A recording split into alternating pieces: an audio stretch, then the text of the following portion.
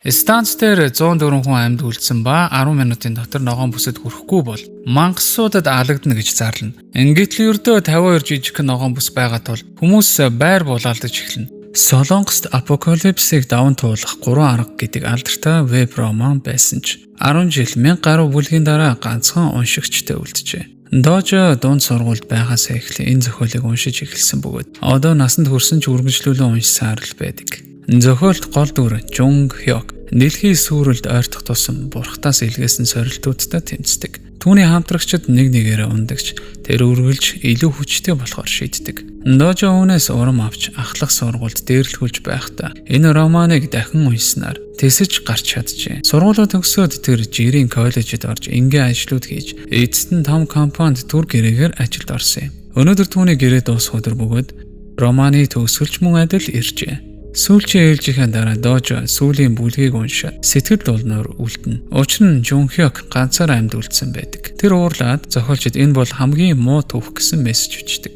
Галт тэргэнд явж байхдаа тэр хамтран ажиллагч Сата тааралдана. Түүний гэрээч мөн дууссан байна. Ингиж тэдний яриаг хуучин дарган тасалдуулж Саад байнга дургуутсал төрүүлэхээр оролцоор байдаг.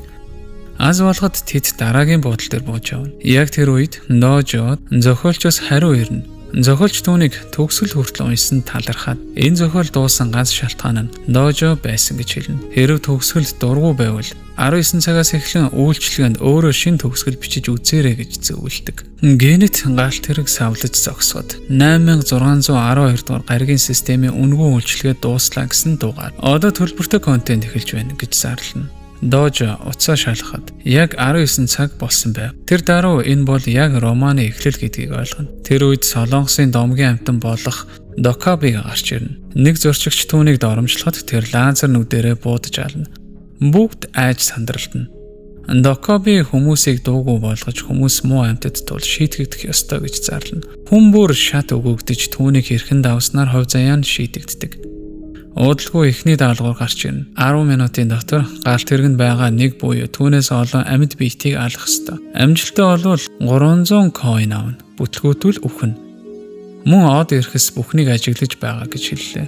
Галт тэрэг гүүрэн дээр зогсож бүх вагаанууд хөдөлгөөнгүй болно. Хүмүүс сандран хоорондоо зодтолно. Зарим нь нээлж нэгнийгээ давталж эхэлнэ. Нэг эмэгтэй зогтхыг оролдоход хаалган дээр хүчний хан үүссэн байлаа. Дожо өөр вагонд Жунхёкийг хараад сочирдно.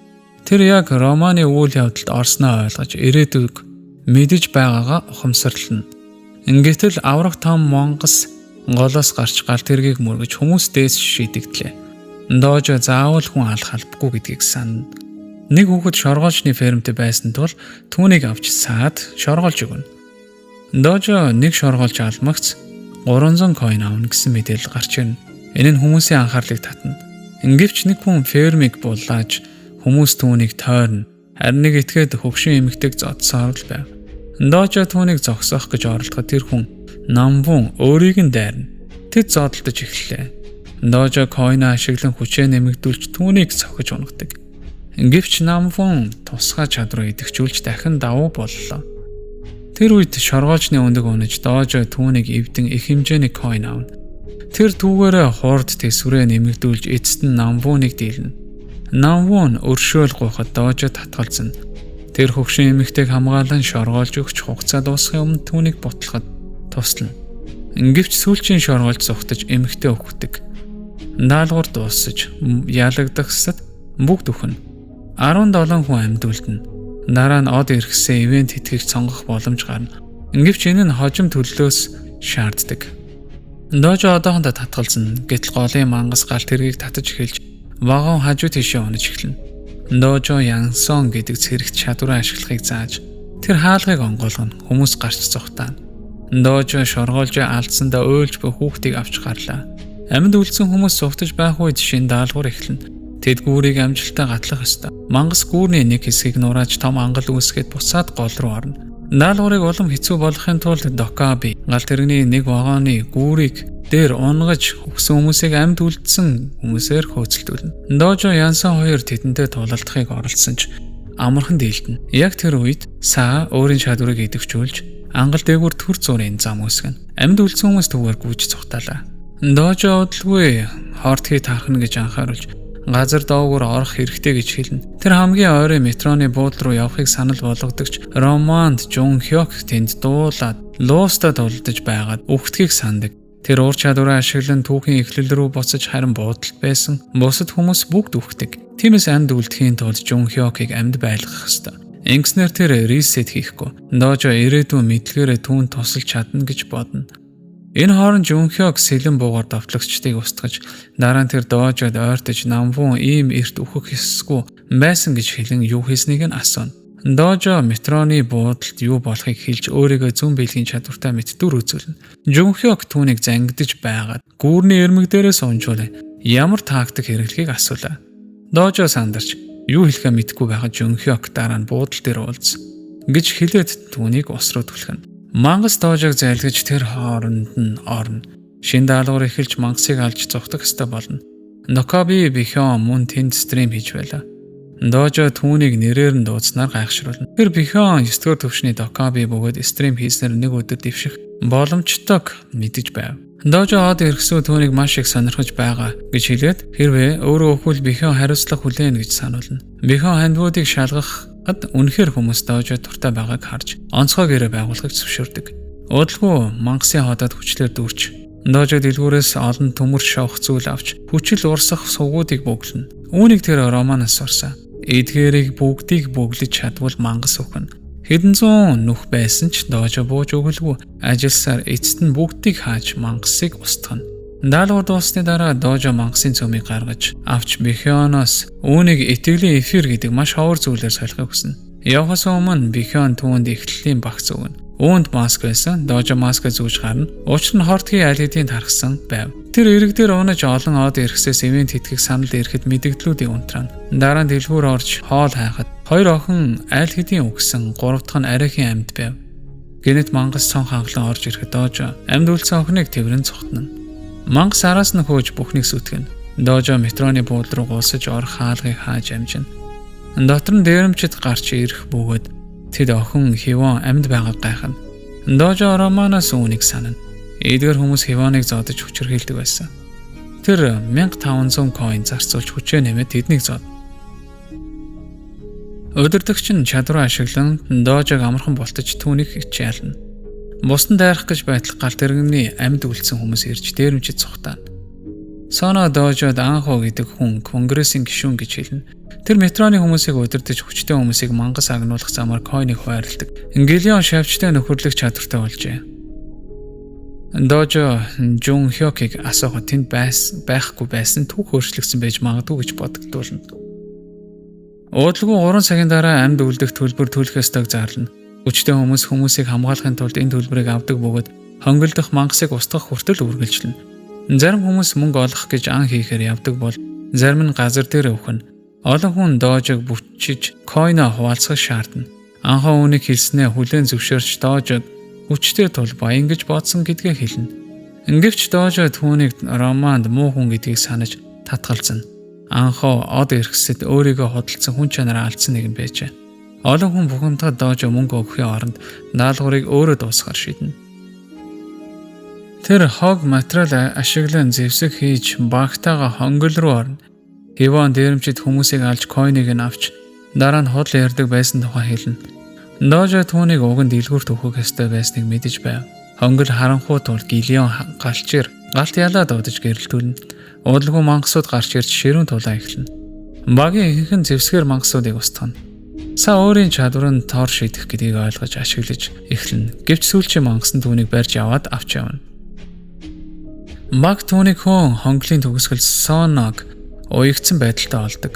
Холограм гарч ирэн газар доор харахны сүмд тавтаа морилгож зарлаж харанхуй харгалзагчийг устгах даалгавар өгдөг. Том мангас гарч ирэхэд Дожо төрүүлж дайрч тэмдрүүлүүдээс нь бултан цохилт өгдөг. Ингэвч хүчний хаан түүнийг буцаан шиднэ.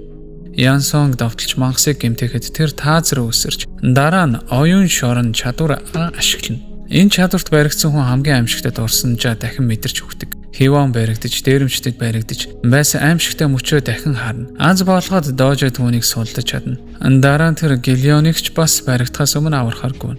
Харамсалтай нь Ян баригдаж аримд байсан үеийнхээ хамгийн муу дурсамжуудыг дахин харж эхэлдэг. Дожо түүнийг бас аврахыг оролцсон ч түүний дайралтыг хааж зөвхөн хэдэн жижиг чулуу унгаж чадна. Ингэнэт мангас архирч өөрийн туслах мангасуудаа дуудаж эхэлнэ. Дожо Бихионыг дуудаж дэлгүүр нэхийг хүсээд White Star Pure Energy хөдөлж авахыг оролддогч түүнд 1000 coin дутуу байв. Энэ хооронд Хиван мангасуудтай тулалдсаар том өсрэлт хийж боссыг нуруунд дээр нь бууж чадна. Дожо түүнийг жишээг даган мангасуудыг устгаж мөнгө цуглуулсаар хэрэгтэй хэмжээнд хүрнэ. White Star-ыг дэвсэгтэй хийснээр нэг удаагийн маш хүчтэй critical дайралт хийх боломж олно. Дожо Хиваны өсрэлийг дуурайн сүргийн удирдагчийн нурууг эцэст нь түүнийг ална. Сүрэг зогтож хий үзэгдэл арилснаар Янсонг дурсамжуудаас чөлөөлөгдөнө. Дожо Романаас санаж байгаагаар Янсонг найзуудаа аварч чадаагүй гэмшлэр шаналж явдаг. Багийнхан даалгаврыг дуусгасны шагнал болгон авсан эрдэнэсийн хайрцгийг шалгана. Дожо 2 богино сэлэм авна. Янун гар хамгаалах бэлээ авна.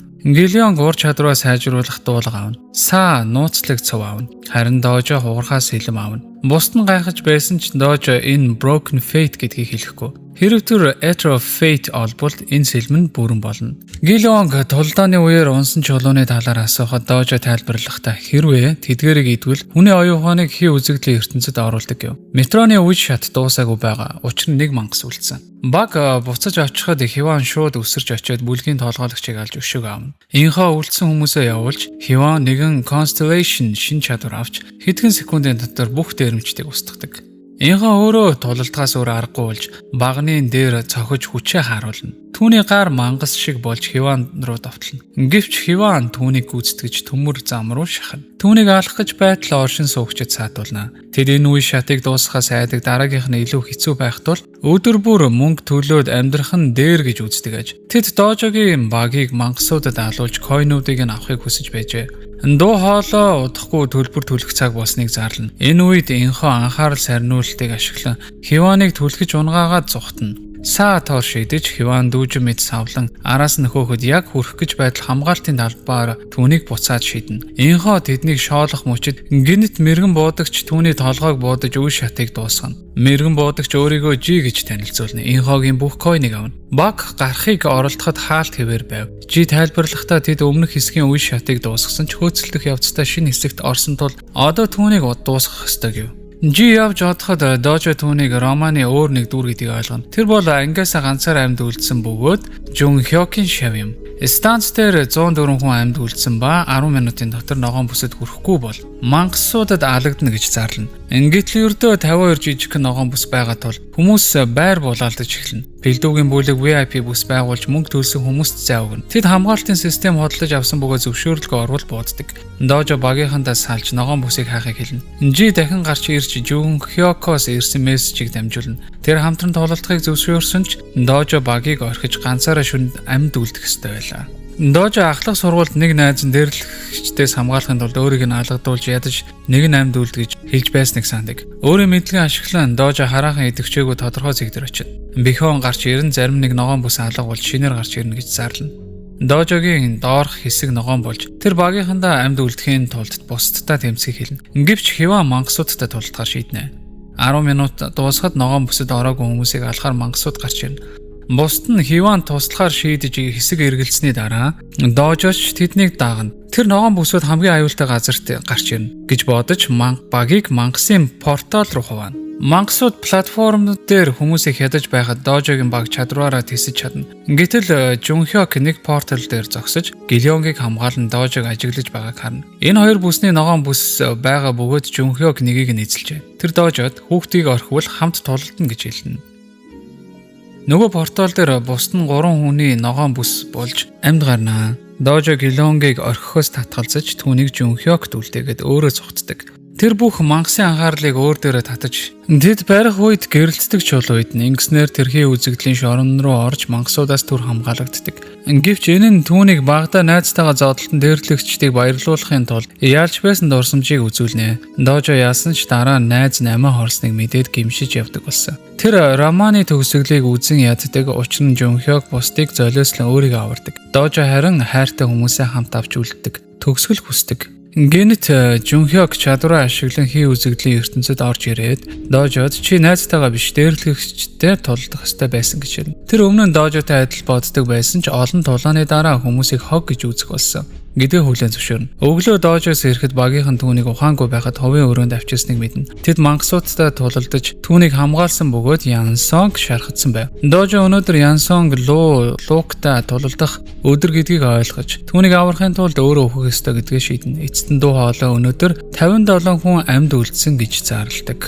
Бихён од эрхсүүд уурсан гэж мэдэгдэнэ. Учир нь хүмүүс хоорондоо алахгүй харин бие биедээ тусалсан байна. Тиймээс шийтгэл болгон зөвхөн нэг л ногоон бүс үлдээнэ. Хугацаа дуусахад тэр бүс дээр зогсож байгаа хүн нь л амьд үлддэг. Ногоон бүс Пилдугийн доор гарч ирэхэд тэр огтхон ч сандарсангүй. Дожо Жид төлөвлөгөө байгаагаа хэлж тусламж хүссэн ч Жид татгалцдаг. Тэгэхэд Дожо түүнийг анхан шатанд ангийнхаа хүмүүсийг алж амьд үлдсэн гэдгийг сануулж сэтгэлд нь нөлөөлнө. Жи өөлсөн ч явчихна. Дожо Бихёныг дуудахад од эрхсүүд түүнд маш их мөнгө хандивлаж байгааг баталдаг. Тэр бүх мөнгийг койн болгон хувиргаж Пилдүүдээр очиод бүх койноор түүнийг өсөлж авна. Пилдүү зөвшөөрч ногоон бүсийг Дожод шилжүүлдэг. Дожо тэр гэрэлцэн талбайг сэлмээрээ сохиж эвдэж эхэлнэ. Хүмүүс зогсоохыг оролсон чи эцэст нь ойлгож буудаж ногоон бүсийг бүрэн устгана. Гэрэл унтарнаа. Дожо хэрвээ эхнээсээ бүгд хамтарсан бол хинч өөхөхгүй байсан гэж хэлнэ. Тэр мөнгөө Пилдүүд өгч бүхнийг хамгаалахыг хүсдэг. Пилдүү VIP бүсээ бүгдэд үнгүү нээж хамгаалтын зэвсгүүдээ гаргана. Мангасууд гарч ирэхэд тэр гал нээж маш олон мангасыг устгана. Үйлцэн заримыг нь Дожо Са Хивон 3 дуусгана. Гэтэл газар задран луу гарч ирж гал хүмүүсийг устгана. Жунхёг сэлэм буугаар амархан тололдож олон удаа цохилт өгнө. Гэвч од эрхсүүд өндөр төвшний тоглогч ирсэн дургуутсаж хүндрэлийг нэмэгдүүлдэг. Метро гэнэт задран сансарч хэлжинэ. Луу бие ганшиг хатуу болгож Романд байгаагүй шин чадварт гаргана. Жунхёг найрхаа сэлмэн хуугарч шин сэлэм гарган дахин давталдаг. Гэвч луу түүнийг дарж өөрийнх нь зэвсгэр сөлбөнө. Ингэсэн ч тэр дахин босож тулалдсаар. Дожо стартер китээ нээгээд галнаас хамгаалах зүйл зайлгана. Са тоор шидэж Жунхёгийг аврахад Дожо тулалдааныг үргэлжлүүлнэ. Луу түүнийг дарж байсан ч гал нь нөлөөлөхгүй. Тэр үед аврах шавж мангас гарч ирж лууг унгана. Энэ нь шавж туул Гилеон удирдах чадна. Гэхдээ мангасын өвдөлтийг өөрөө мэдэрнэ. Харамсалтай нь луу хит хүчтэй тул Гилеоны амь насанд аюул учрна. Янсонг дахин найз алдахыг хүсэхгүй тул найрч шин чадвараас сэргэн. Түүний Бэли бамбо болж лууны довтлохог хаана. Са торон гүр үүсгэж Хивон үсэрч лууны нуруунд бууж хэд удаа цавчна. Янсон газар өргөж лууг дарж Дожо сүлбхийг оролдоно. Гэвч луу нисэж цухтана. Дожогийн төлөвлөгөө илчлэгдэнэ. Лууны цөмийг сүлбэхэд үхэн. Гэхдээ давталсан ч бас үхэн. Харин шагнал нь нэг хүнийг амьлуулах боломж олгов. Са дахин тоор шидэж лууг барихад Дожо үсрэн сүлбэх гэж оролдохч сэлэм нэвтэлж чаддаггүй. Жи буудаж ансав гаргасан ч луу Дожог түлхэн унгаж шархаа идэгэн. Баг найдвараа алдаж эхэлнэ. Гэтэл Жунхёг бусад мангасыг устгаад эргэн лууг дахин давталж эцэст нь цөмийг нэвтэлдэг. Луу гал үлээж хоёуланг нь бүрхэнэ. Яг романд гардаг шиг Жунхёг шатсан биеэр унаж ур чадвар нь идэвчиж эхлэл рүү буцдаг. Дожо бүх зүйл дууслаа гэж бодож байтал гинэт зохиолж зах зээл дээрх арилжааг нь зөвшөөрч итгэлийн эфирийг нь сайжруулсныг харна. Тэр дараа сэлмэндээ хийж жинхэнэ чадвартай зэвсэг болгоно. Магийнхан лууг саатуулж байх хооронд Дожо өсрөн гарч эцсийн сохилтыг өгч лууг устгана. Дуу зарлаж даалгавар дууслаа. Дожо шагналаар Жунхёгийг амьлуулна. Метро хэвийн байдалтай орж Жунхёг Дожо амьд үлдсэнийг хараад гайхна. Тусгай сэлмийн ачаар хүмүүс баярлаж эхэлнэ. Дожо энэ түүхийг өөр төгсгөл рүү хөтлж чадна гэдэгтээ итгэлтэй боллоо.